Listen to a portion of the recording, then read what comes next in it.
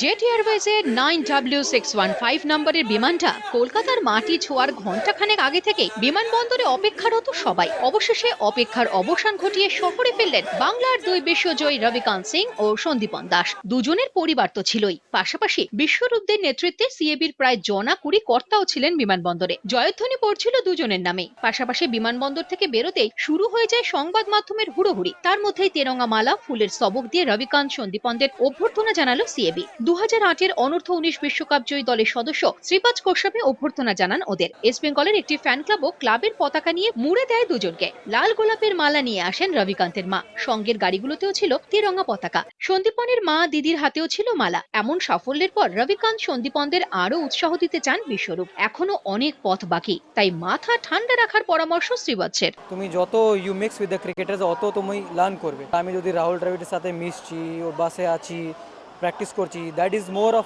That is bigger then advice. খেলোয়াড়রা যখন world cup জিতে ফিরছে তখন তাদেরকে একটা স্বতঃস্ফূর্ত সংবর্ধনার মধ্যে দিয়ে আরেকটু পথ এগিয়ে দিতে হবে।